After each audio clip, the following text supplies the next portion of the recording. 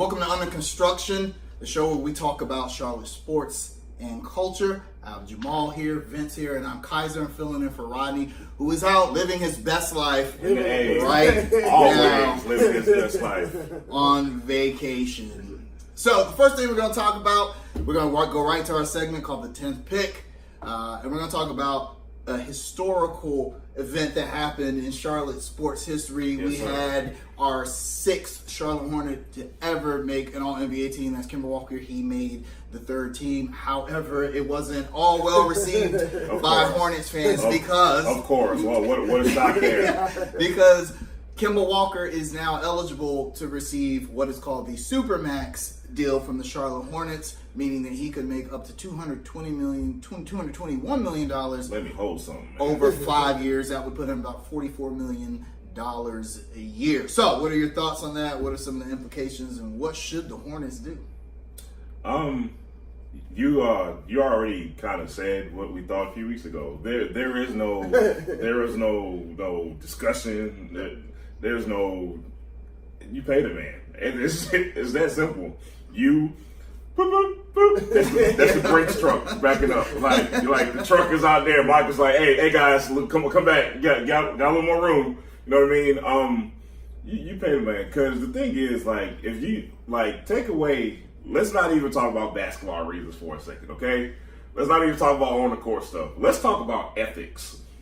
It is not ethical to not pay Kemba Walker. You don't give money to Nick Batum, Cody Zeller, Marvin Williams, MKG, and then say, well, Kemba, we're gonna let you go, man.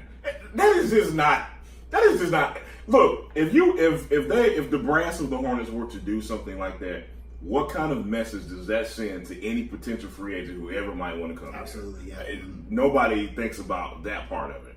Now, the whole narrative of, oh man, you're screwed if you do, you're screwed if you don't. I'm on the side of you're more screwed if you don't. Because I don't know about anybody else. I don't want to be the Phoenix Suns. That doesn't appeal to me. It doesn't excite me. You need to blow it over, man. You need to just blow it up, man, and start over, blah, blah, blah. Vince is the tanking expert who has put it time and time again. The stats don't lie. Tanking just doesn't work most of the time. And please, the Sixers. It's one out of how many times? Real quick point on the Sixers. 7 first-round draft picks in 5 years. Right. 4 of those in the top 3. And what do they have to show for it? Ben Simmons, who cannot shoot, and Joel Embiid, who may be gone. And Joel Embiid, who has actually played less games than Cody Zeller in that same amount of time. That's kind of ridiculous. Oh, but that's I didn't even know that. Yeah. Wow. That's a nugget. Isn't that That's crazy? Wow. So that's what you get for tanking, and you get knocked out in the second round of the playoffs anyway. Right. So and you get Kawhi laughing at you. Now, first off, congratulations to Kemba for making All-NBA. yes, congratulations. Somebody got congratulations. Yeah, definitely congratulations. I have no quarrels about it. My biggest thing that I wanted to talk about was Klay Thompson. Because when Klay Thompson found out that he didn't make the All-NBA team, if you look at the interview, like, he rolled his eyes when... Like, his eyes can't... when they mentioned Kemba. And a lot of fuss has been made about that, especially in the Hornets fan base. Me, personally, I didn't take it as Klay was throwing shade at Kemba. I think he was more so upset that he didn't make it because of his body of work. Right. And a lot of people have pointed to the fact that Klay Thompson, he's had a down year, statistically speaking. But even in his down year, he still shot 40% from the 3. He still had a pretty doggone good season. Now, if you want to look at guards, if you want to throw Klay in there and take a guard, personally, I don't think Kyrie should have made All-NBA. He made second team. He certainly should have made second team. I don't think he. And you know what? I'm actually jumping all over. Let me put on the conspiracy hat. Matter of fact, let me put on the conspiracy hat. Okay.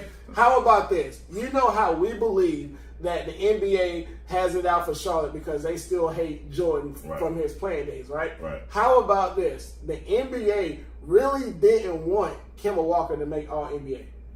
But they gave him All-NBA to put Charlotte in this financial position because they're damned if they do and they're damned if they don't. And no matter what happens, we're still going to be stuck in perpetual mediocrity, at least for the next 2 or 3 years. In which case, Kemba will actually be on the back end of that contract, and we'll be talking about an overpaid Kemba Walker possibly. All right, I'm gonna poke a hole in that theory. Not to say that it's unfounded in any way, shape, or form, but I'm gonna poke a hole in that theory.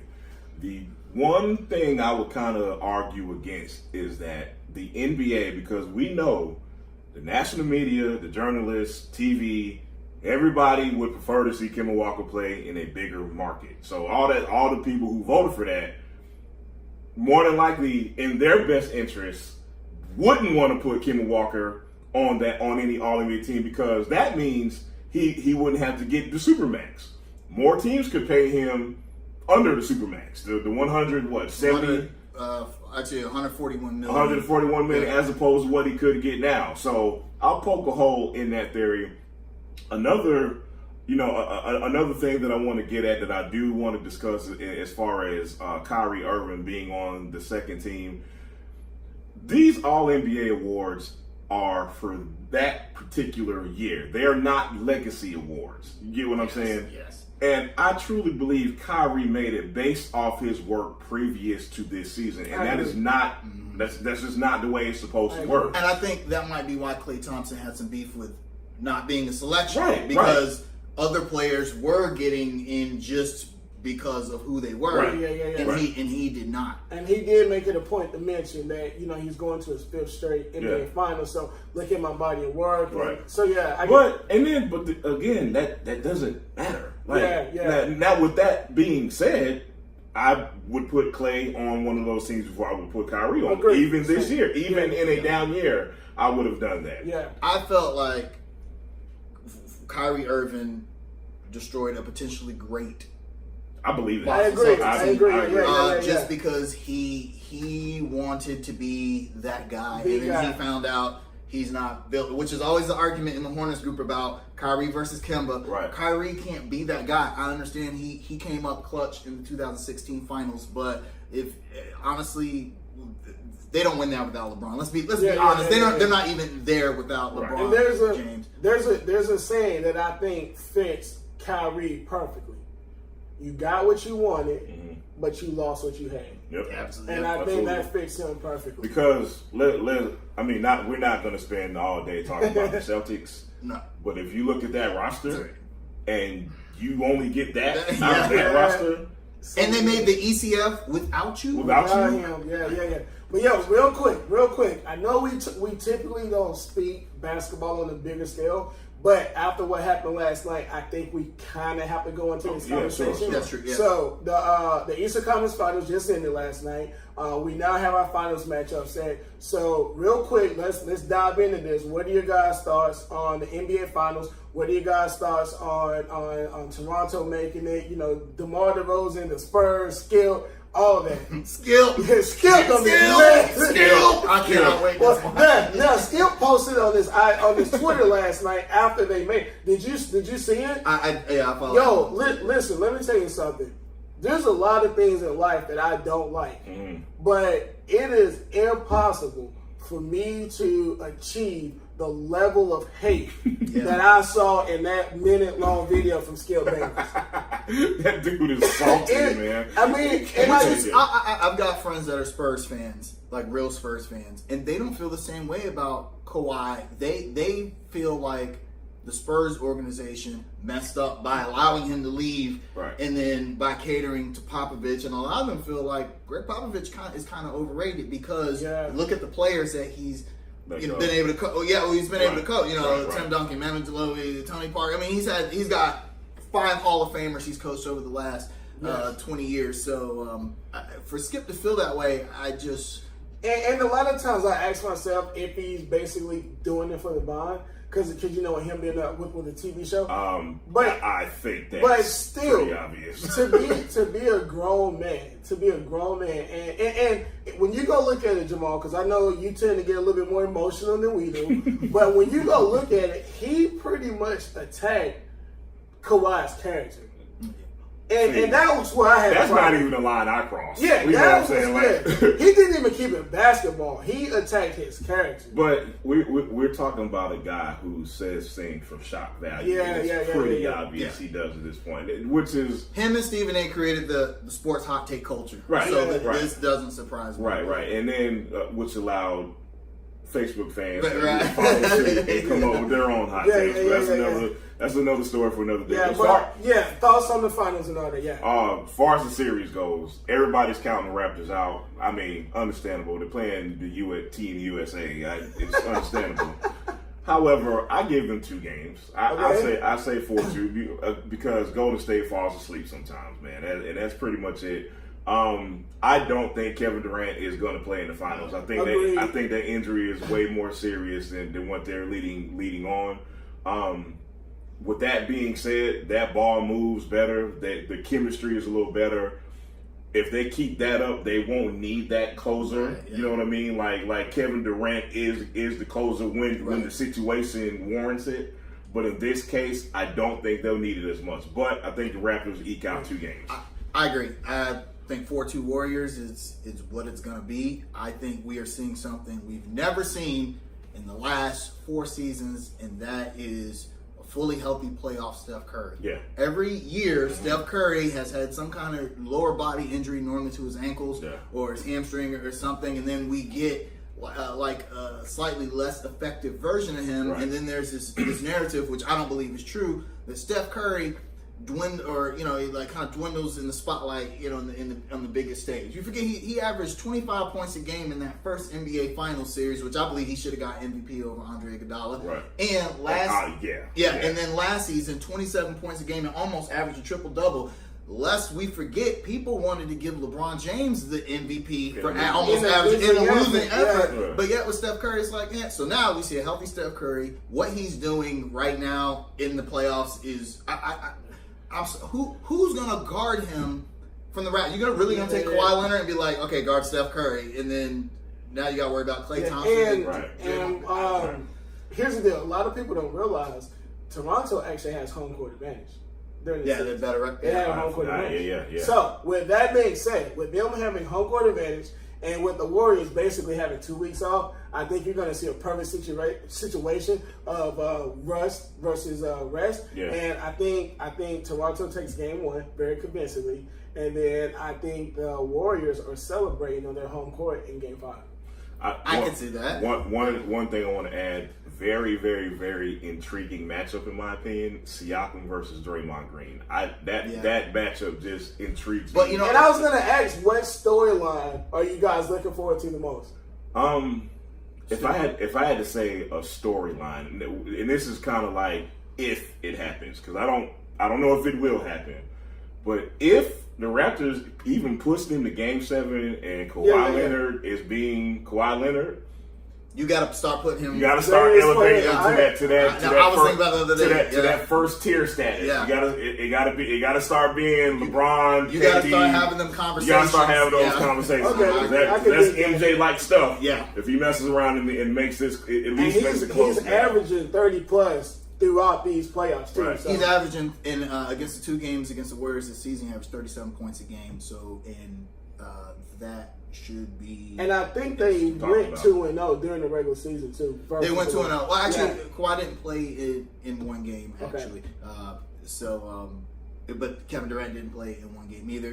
Regular season. Yeah, I agree. Yeah. I think the storyline to follow is going to be Steph Curry. Yeah. And Steph Curry and Klay Thompson, because now we get to see. We're gonna get to see. We get angry, Klay Thompson. Yeah, because the narrative is that, and this is something that I agree with, that if Klay Thompson was on any other team, he'd be Devin Booker. Okay, he can score, he can shoot, but unlike Kemba, Klay Thompson's not breaking dudes down on ISO. Right. Nobody.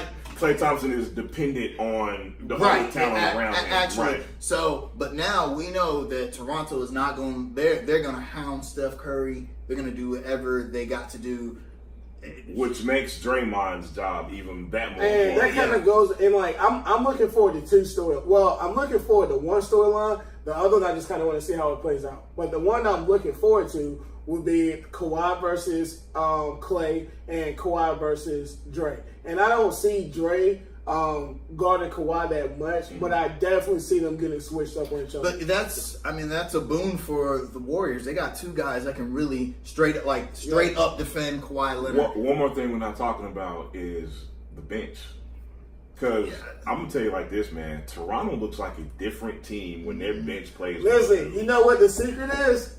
You got to have kids. Yeah. You got to. Because ever since Van Fleet had his son, Right. as soon as Van Fleet had, because like Van Fleet been in the funk. Yeah. And he had his son, I think, last Tuesday. And that dude been hitting everything since then, dude. Buckets. But it comes down to this.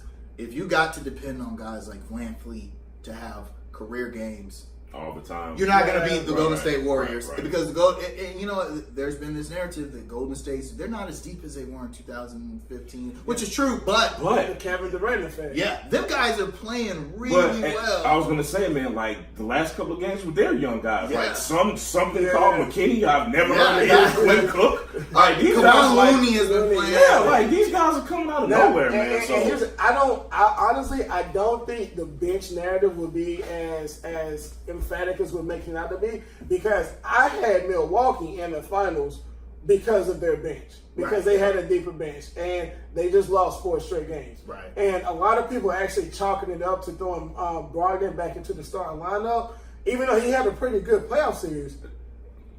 Look, man, I'm so glad you brought Milwaukee up. That is nothing more than a choke job. Milwaukee flat out. They essentially got swept. Choke. Yeah, they call it the backdoor sweep. The main reason they got swept, they got outcoached. Man, Nick Nurse completely outcoached Mike Budenholzer. Yeah. Because the first 2 games, Milwaukee was being Milwaukee. Nick Nurse made one of the biggest adjustments in the series. They walled off Giannis. They dared Bledsoe to shoot. And that changed the whole series. It literally changed the complexion of the entire series, and Budenholzer never made an adjustment. Man. Yeah, agreed. They figured him out. They just figured Milwaukee out. It's that simple. One more thing I want to throw out before we move on. We were talking about the bench earlier. When you look at some of these bench players that have been playing, Van Fleet was undrafted. And Toronto had another key backup. I can't even think of his name because they got so many. But I'm loving the fact that so many of these second-round draft picks and these undrafted free agents are making big plays, because it goes against the narrative that you can't find talent in the second round. Right. So listen up, Charlotte, or whatnot. Okay, you can find talent in the second round, okay? But Charlotte found talent in the second round. So the last 2 drafts, the last we had, but yeah. reputation-wise, we have a bad reputation with finding talent. So I'm glad to see that. But do we? Because when we find it, we trade them for cash. Tobias Harris. But then we bring them back. Bismack. I don't even want to talk about. I'll end the segment on this. We did draft really well. One time that was Kemba Walker. Yeah. What everyone is forgetting in this conversation, he had a hell of a season. He absolutely deserved to be on an All-NBA team. Career highs in points, rebounds, and assists. 25.6 points per game. That's 12th in the league. I mean, that's it speaks for itself. And what was your stat you've always been throwing out about? I looked at all the first-round draft picks in history.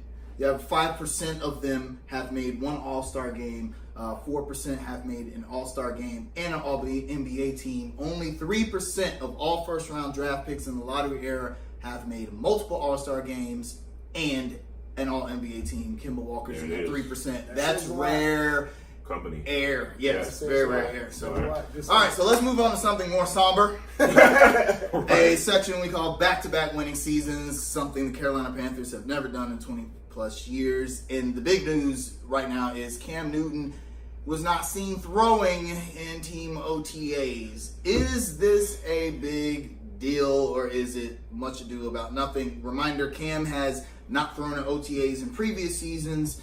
Sometimes he's just a glorified cheerleader during OTAs. What do you guys think? What's today? Today is the 26th. That's how big of a story this is. Right. That's how big of a story this is.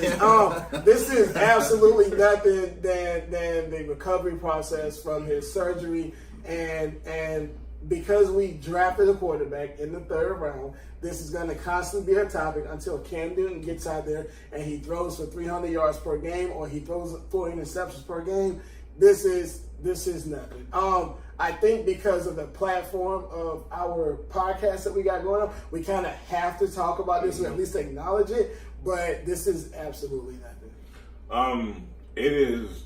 The story is like 5% bigger than it would be only because of the shoulder surgery. That's it. That's it. And again, man, I don't really have a lot to add to that. And we've seen the Will Greer memes already where he's winding up. It's like, people are so ready. Fans who hate Cam Newton, they are like foaming at the mouth. Like, see, I told you it was more like, man, chill out. I was gonna say Cam, I think, fell on his sword for the team last season because the shoulder injury, it wasn't as bad as they made it seem. Right. I thought, it affected his throwing, but the team had bigger problems than that.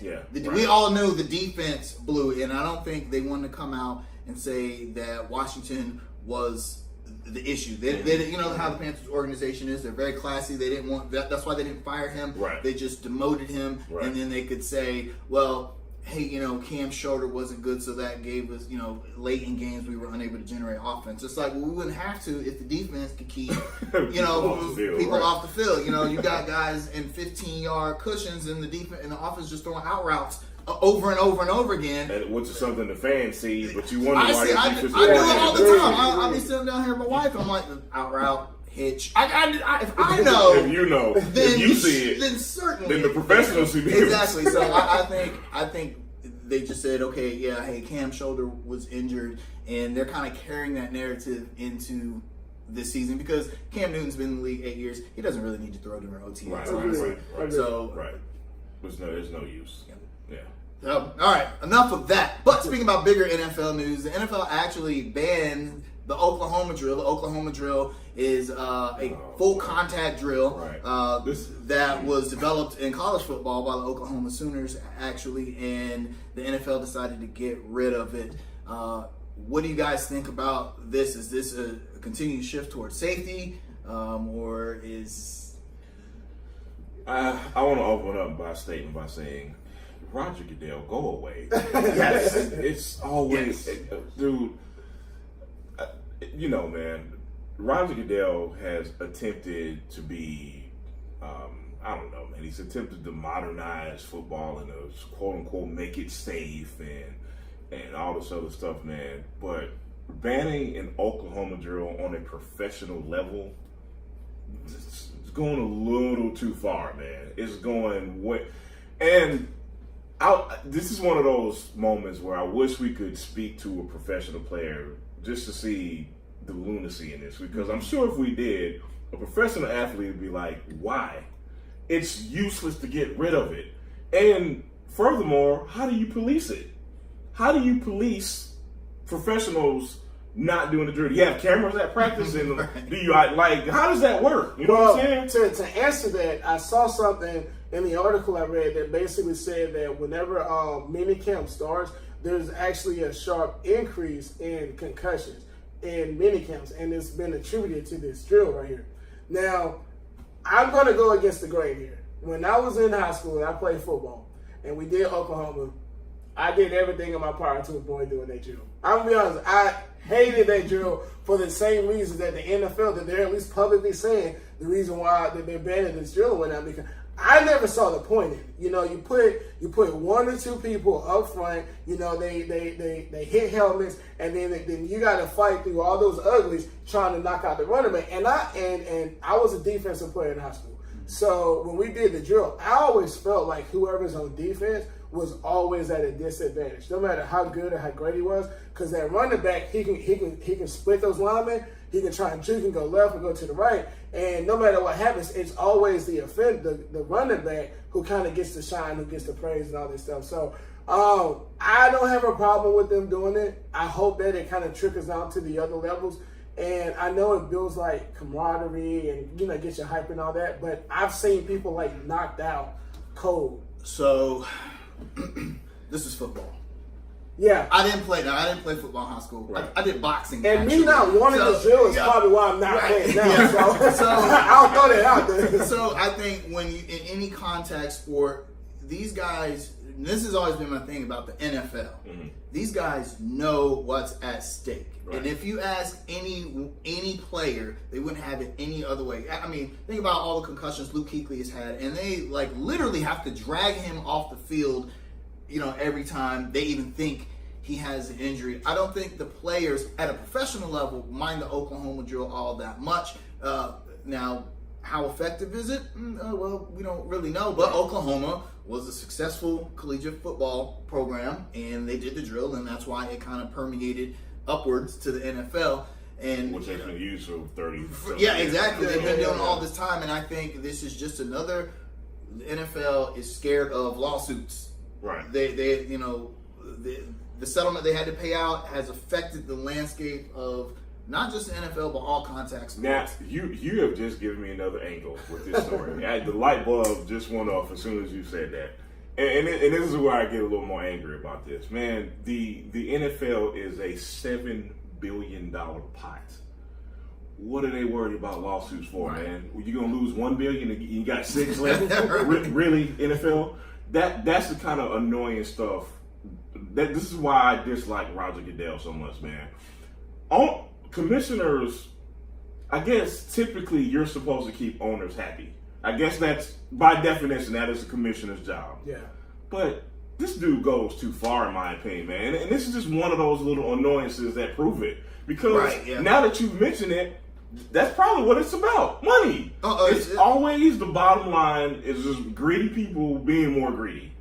We got $7 billion. I don't want to lose $1 billion in lawsuits. We forget the NFL is a corporation. Yeah, right. And anyone that's worked in corporate America knows that lawsuits are like, the boogeyman of corporate America. Right. No one likes being sued, and not just from a financial standpoint, but now there's this air around the NFL. They're already dealing with enough stuff as it is. Right. Now they got to deal with this, and we're starting to see a decline in participation in youth football leagues because parents are they're afraid, and rightfully so.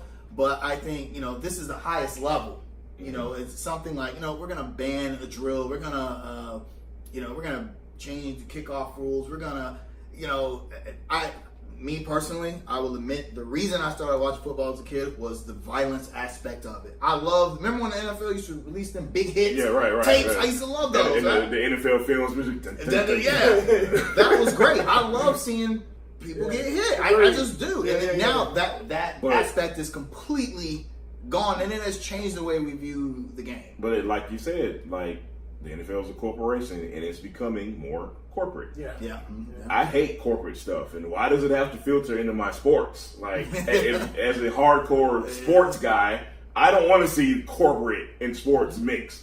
It's not the reality, but it is what it is, man. So we'll see what happens. Well, on to our culture segment. The first thing we're going to talk about is a very unique event that happened with a high school track star who was being heavily recruited by multiple D1 schools, including Ohio State. At his reveal ceremony, he actually revealed that he was going to go to a historically black college university, and he chose A&T. And I think that's great. I think the way he did it is great, but I know that there's some contention amongst that. What do you guys think? It was really cool to see it, man. The presentation was really dope. If for those of you who didn't see it, the video's out there. He had 3 major schools lined up, knocked them all down, opened his jacket, and it said North Carolina A&T. So again, the presentation was dope, man. But the meat of this topic and the heart of the matter is him choosing an HBCU over these prestigious D1 colleges. So the discussion is, should we and are we going to see more highly recruited athletes go this route?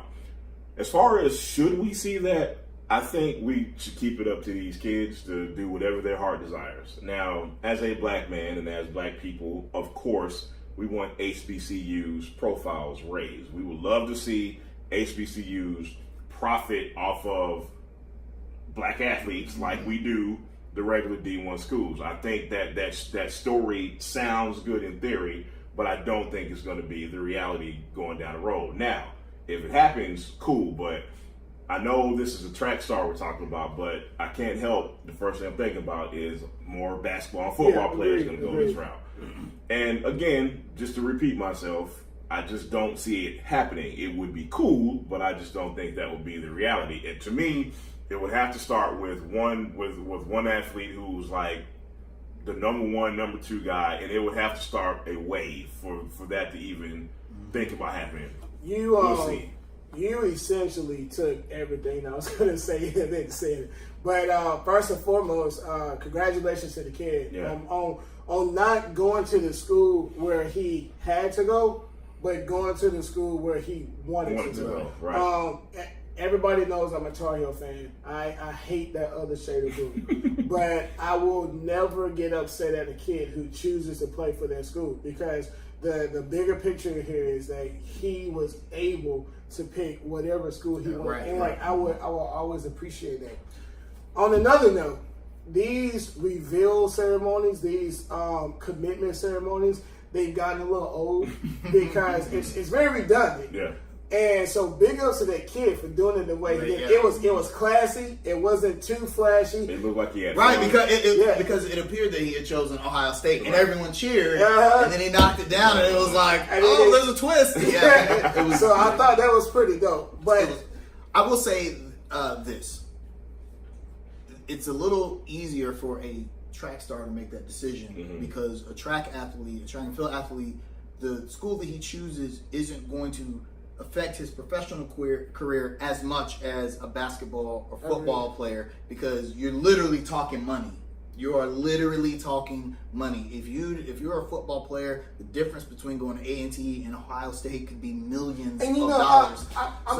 I'm glad you brought that up. Me too. So when it comes to the two money-making sports, you honestly believe that if a kid goes to an HBCU as opposed to we'll go with the D1 school, you think he or she loses out on a significant amount of money? Absolutely. That's the reason why Daniel Jones went number 6 in the draft, and Dwayne Haskins almost went out of the top 10 because we look at the competition that they play, and there's this narrative that HBCUs don't play the same level of competition that D1 schools, and there's some truth to that in a lot of cases. Right. So scouts are going to say, man, look at that guy, he's good. But who look who he's playing against, and that's the argument against Daniel Jones. Right. Is like, well, he went to Duke. Look who he's playing against. So, and I'm also glad you brought this up too, because I think it goes without saying, if you're talented and you're good, somebody will find you. I don't care. Absolutely. Yeah. If you are good, professional scouts will find you. However, there is a difference between getting picked number 10 versus getting picked number 1. Right. Now, if you're an excellent athlete and you're the guy at John C. Smith, and you don't get picked number 1 because of that school, that affects your money. You get what I'm saying? And to your point, that does make a difference. It shouldn't. It shouldn't, but it does. It's unfortunate. Right? I wish I had a graphic to see exactly where Steve McNair was picked, because I guarantee you there's somebody who was picked in front of him who didn't deserve to get picked in front of him. Yeah. So there you have it. Would Jerry Rice be a good one? Jerry Rice would be excellent. God, he'd be the best example. Where did he get drafted? I don't think Jerry Rice was a top 10 pick. I don't. I think he was 20-something. I could be wrong. Okay. But to me, perfect example. He is known by many people will say he's the greatest football player that ever lived. That's an argument for another day. But I guarantee you there's 15 other people that got picked ahead of him only because he went to Mississippi Valley State. We see it all the time in the NBA. I love I'm a Tar Heels fan, and I love ACC basketball. But come on, how many? I mean, let's look at all the guys that come from in the NBA. They come from power conference schools. Right. I mean, we're talking about Kawhi Leonard, who went number 15. It matters, man. Yeah. Giannis, he's an overseas guy. He went, late in the draft. 15, 16, something like that. Yeah, so hopefully the narrative that well, hey, if you go to a big school, that's all that counts will go away. But I don't think it will, and that's why we may see some hesitation from high name recruits deciding to go to. And I don't oblige any of these kids to go to HBCUs. Ultimately, I want them to go to where they feel is the most comfortable. I think at some point down the road, I think we will start seeing a shift, because I think too many of us, we look in the now, but if you look back in the day, especially in football, there were a lot of HBCUs that were powerhouses. Right. And now SMU isn't a HBCU, but I think they're like the best example, because they're a small school. Yeah. I think they were like a Methodist college or something. Yep. And before they got hit with a death penalty, like they were the team to beat. the team. You know what I'm saying? Yeah. And I have a firm belief that if you're talented, they're gonna find you. Their 30 for 30 is awesome, by the way. I was just about to mention that. Great 30 for 30. And I'll give you guys one prime example.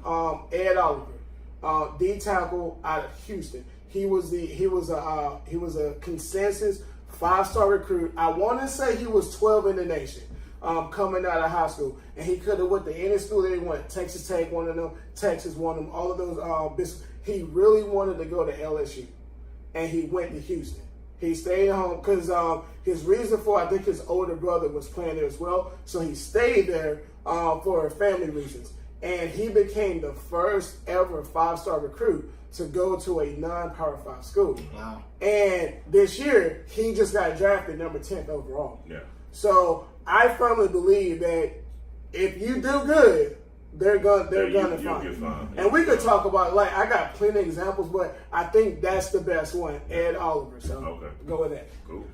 All right. Next up, in local politics, Charlotte City Council member Winston Braxton had a proposal that he brought to the floor in which he proposed to raise the salary of Charlotte City Council members, and it was actually rejected.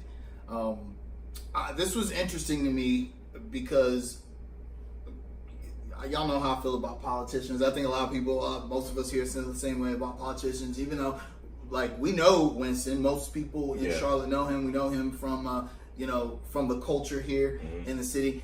That actually, even from Hornets games. So that actually surprised me. One that he brought the proposal to the floor, and second that it was actually rejected. Right. What are your guys' thoughts on this? For one, this is a very confusing topic for me, and I say that the same way. I say that because the city council, however you read the articles and the headlines, the city council rejected the pay raises of the council members. That doesn't resonate with me as much. But I think what's happening is because of what Winston represents. I think that's the biggest reason for the opposition. I agree. Within the city government as well as its residents. And his biggest frustration, he actually has two frustrations. One, he feels like if you're going to represent the city, if you're going to represent the public, you should be able to have the pay that would allow you to do so. Because a lot of those, actually the majority, if not all of those council members, they actually have full-time jobs outside of the city council. Because including him. Exactly. Yeah, right. And his other frustration is that they're only allowed to be on the council for 2 years. So your first year as a council member, you're trying to implement your programs, but then you can't because that second year, you now got to go back on the campaign trail. And I think because of the culture that he represents, that's why he's getting so much opposition. And I have my critiques of politicians on all levels, but I do believe and support the notion that they should get a pay in. And I think if he gets the pay increase he wants, I think he'd be getting like $40,000 a year, which is still below minimum wage, which is still below like whatever they determine you need to like be able to survive. So he's not asking for like a 6-figure income, you know. So it sucks. I've read some of the back and forth conversation as to why they say no, but I'll hold off on that and I'll let you guys go. I didn't have a problem with it like I thought I originally might have a problem with it. I don't just in Charlotte's economic climate. Even we're talking about local government here. I get your money however you see fit, man. And I don't think he was coming across as like some greedy capitalist. Like let's be clear about that. Mm-hmm. Like this is not some person making $100,000 that now wants $200,000. You get what I'm saying? That to me is why I didn't have a problem with it, and especially from someone like him who has been extremely active in the community, who has been who has brought some extremely thought-provoking ideas to the table with Charlotte City Council. I didn't have a problem with it at all, man. And the thing is, the more and more I read stuff like this, I firmly believe the more and more people like this need to be supported, because I can't say it enough, man. I just don't think it comes from a place of greed. Because when I first heard about it, without reading it, whenever I hear people say more money, the first thought comes on my mind is, okay, are you being greedy, or are you really needing this? You know what I mean? And greed is not a part of this narrative. Yeah, and one of the council members actually commented part of the article that I read, and she said something that when she broke down what it is she's getting paid, she's getting something like $6.84 an hour. Mm-hmm. So you got a council member getting paid $6.84 an hour, but you got McDonald's workers out protesting for $15. And one thing I didn't bring up, and before I knew who Braxton was, and I saw him on the council, and I was at a Hornets game, and I was like, that dude that's working the camera looks a lot like the dude on the city council. And I was like, oh crap, that's the same dude. Like, it shouldn't be like that, man. Like, in theory, I you know what I mean? Like, I agree. Why should the city councilman have two jobs? I think because it's Winston making this proposal, I'm willing to be like, okay, this is noble. And I not to cut you off, but that was another point I was going to get at as far as who was right. Yeah. However, for the race. Having said that, I don't like the idea of politicians determining their own sustainability. That is for us to decide, because the Charlotte City Council, I think Winston has done a great job in his time, but as a whole, they've been kind of wishy-washy on certain issues. And they don't look like they've been insane. No, absolutely not. Yeah. So it's like, no, it's up for me to deserve. If that'd be like, if I went to my job and was like, all right, guys, I need you guys to vote on me getting picked. Go back to your queue. So politicians are no different. So I think we, as a city, we need to find. There has to be a different route to make sure that our city council members have the time and resources to do the things that we want them to do, and the things that they want to do. Right. There's a big activist community here in Charlotte. That's one of the things that we need to do. Mm-hmm. And it's hard for me because I don't have a lot of faith in politicians. I like to give Winston the benefit of the doubt because of who he is. Right. I'm hoping he can kind of change that narrative, but I'm always going to be leery. Yes. But however, having said that, I do understand that they don't have the time and the resources to be able to make a lot of the changes that we need them to make. So, and it's almost like whoever created these rules, you can only be here for 2 years, or you can, and you're only going to get paid this amount. It's almost like they said, okay, that we're being forced to create a city council. We kind of have to do this. Right. So we're going to make one, but we're going to make it so hard for you to do your job effectively. Right. Well, it's designed so that rich capitalists are the only people that could possibly do these jobs. Exactly. And now that's changing. We're seeing that all over the country, and on every level of government, where we're seeing more grassroots efforts to get regular people into government, and they're finding like, man, because I'm not a millionaire, I can't do this full time. So, and it sucks. It shouldn't even be like that, because Trayvon Martin, his mom is now running for a city council.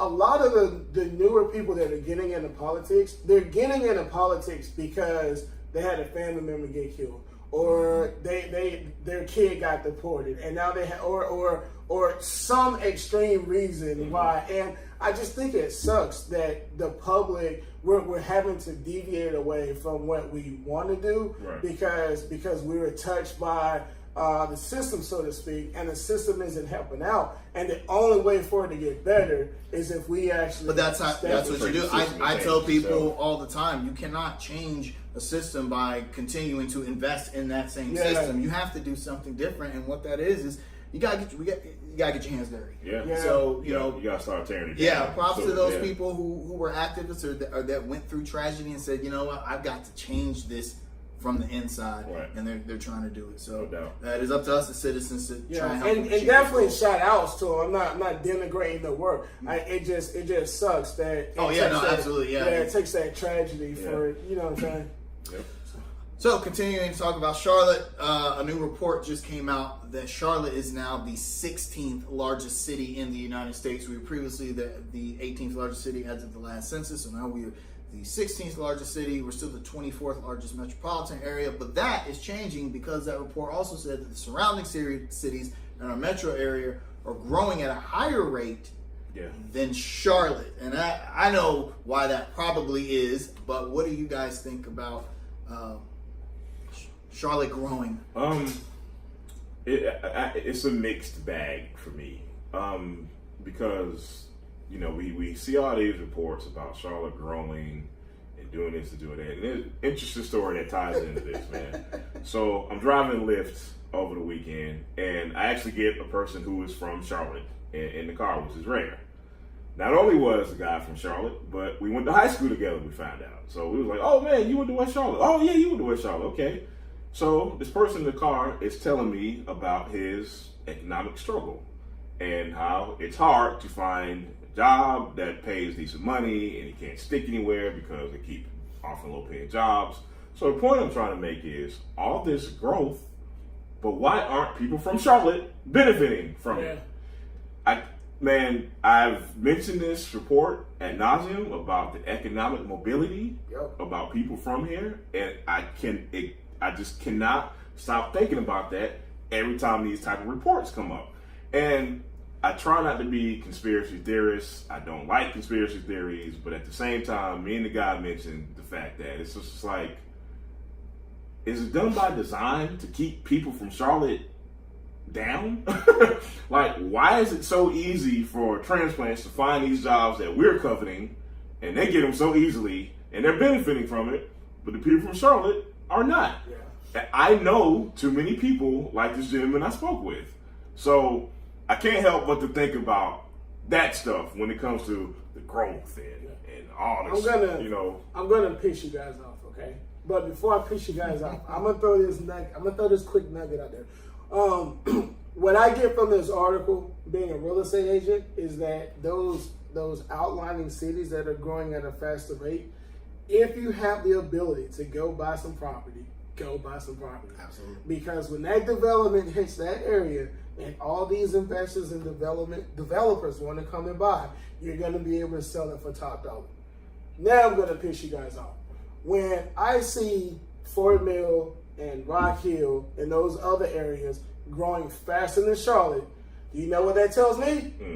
In a couple of years, we'll be driving to the North Carolina, South Carolina border to go to Panthers games. This guy.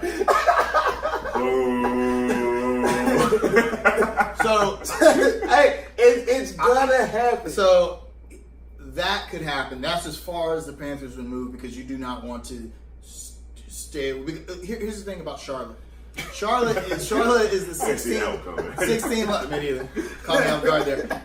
It's the 16th largest city in population. So unlike Atlanta has a larger metro area, but it's spread out. Yeah. Charlotte has, almost 1 million people all within a very small. So even though the metro areas are growing faster, the concentration of people is still in Charlotte proper. So it's going to be a very long time before, if they ever decided to move the Panthers away from. Well, and here's my justification. Now, Charlotte proper, as it's put, because it's already so condensed, there's only a matter of time before that population growth kind of like plateaus. And I lived in Murfreesboro, which is right outside of Nashville, a couple years. And what happened was when the Titans came to Nashville, even though it's been about 20 years now, 20 years, they're still seeing growth in the outer counties away from Davidson County. What's going to happen when this population growth starts to plateau and the Panthers move to the border, even though it's only a few miles further south, when they move to that border, you're going to have that same effect. You're going to get all those businesses and all those condos, and then it's going to affect. Well, I mean, look at downtown Charlotte. Yeah, I mean, you don't remember what it was like before they built what was then Ericsson Stadium, but I mean, that part of town was. You didn't want to walk there at night, and it was. I mean, and now try and live, 2 blocks from the stadium now. For less than 1,500. Right. Yeah. So I could see that eventually, but I think that one of the biggest reasons that, to speak on Jamal's point about why people from Charlotte don't seem to have the same economic stability as transplants is because the businesses and corporations that are coming here are transplant businesses. So the company I work for, which I will not name though, but they are a transplant company. They are originally from the north, and when they allow people to relocate here, they built a new headquarters there. They let them keep their salaries. So everyone knows that if you live up north, you're going to make more money because it costs more to live up there. Right. So then those people said, why not? So they come down here, they pay less property taxes. And they get to keep their northern salaries. So they're getting way more bang for their buck. Exactly, and those are the people that are building the economic infrastructure of Charlotte now, and it kind of freezes out people who are from Charlotte and don't have that same salary base because they've never left Charlotte. Right. One of the things that, for those of you who work in corporate America, you guys know salary base is very, very important. If you establish a salary base and you go somewhere else, they're not going to want to pay you less than whatever your salary base is. Right. So a lot of times it makes sense actually to go somewhere else, establish a higher salary base, and then come back to the city and then work for a corporation here. But like we've talked about before, this is the price of progress. I understand. We want Charlotte to be a world-class city, but that's a double-edged sword. We've got to deal with the things like you spoke on, and gentrification, which in itself is a double-edged sword. Higher crime rate. Higher crime rate. Traffic. We've got to deal with all those things. But if we want Charlotte to be a world-class city, you got to take the good with the bad. Exactly. That's what we're gonna have to deal with. So, all right. So now we're at the end of the show. Time to do our shout-outs. So, how about you first? Me first? Yeah. Okay, I'm gonna do an easy one. This is a Michael Carter Williams layup. Wait, hey. So you missed it? Hey, you about to miss that, bro. Hey, how many tries you did? So it didn't go in. I just want to give a shout out to our increased fan base for Under Construction. Over the last few weeks, we've seen a very significant increase in participation on our Facebook page. So we need you guys to go out there, view the videos on YouTube, check out the podcast on Anchor. We got a lot of Carolina Hurricanes fans coming and watching and commenting. So if this is your first time watching the video, then be a part of the wave. We're always good on feedback. We always want to know what we can do better. We are trying, trust me, every week. I'm going to show you all behind the scenes next week. We are constantly trying to improve, from an audio visual standpoint and as far as structure and just how good we are. So a shout out to our fans, our new fans that we're gaining, our fans who will get in the future, and the fans that have been with us since day one. Thank you very much. All right, good deal. So today is the 26th. I think 26th. 5th or 6th. Well, at the time of this recording, tomorrow 26th. is Memorial Day. So I really just wanted to take my hats off to everyone who wore the uniform, who made that ultimate sacrifice. And no matter how you feel about our nation's military, about the wars that we have to fight, these are people who voluntarily, chose to serve, for lack of better words, and ultimately didn't come home. So, for the families out there who had to bury their loved ones in defense of this country, I salute you. Keep pushing on, and that's pretty much it. Random shout outs. Mine are all over the place today. First shout out goes to my yard man, Lenny Brown. The reason I'm giving him a shout out because the last thing he said to me before he got back in his truck was, "Hey man, I really enjoy you guys' show. I'm starting to watch it. Do y'all do it every week?" So, needless to say, man, that translates to what Kaiser mentioned about our fans and our decreasing fan base. I just want to tell everybody who's watching this one, like, we are thoroughly loving this. We're thoroughly enjoying this. Doesn't take much to get us up to go do this every week, man. So we do it for y'all, and we absolutely love it. Second shout out goes to the Sukasa crew, Jay Ziatic, DJ Justice, Q and Q's band. Great event last night. I think that's it, man. So one last shout out. Yeah. I want to shout out Rodney. Yeah, shout out Rodney. Don't come back to Charlotte without that Falcons playbook, okay? All right? Don't really need the Hawks playbook. Got anything else you should bring back? Bring back a picture of you sticking both of your middle fingers up at the Georgia Dome or whatever, the Mercedes-Benz Dome. That'll be pretty dope, man. Okay, all right, and I think that's it. All All right, thank you for watching. Join us next week, and we'll see you then. right, appreciate it, y'all.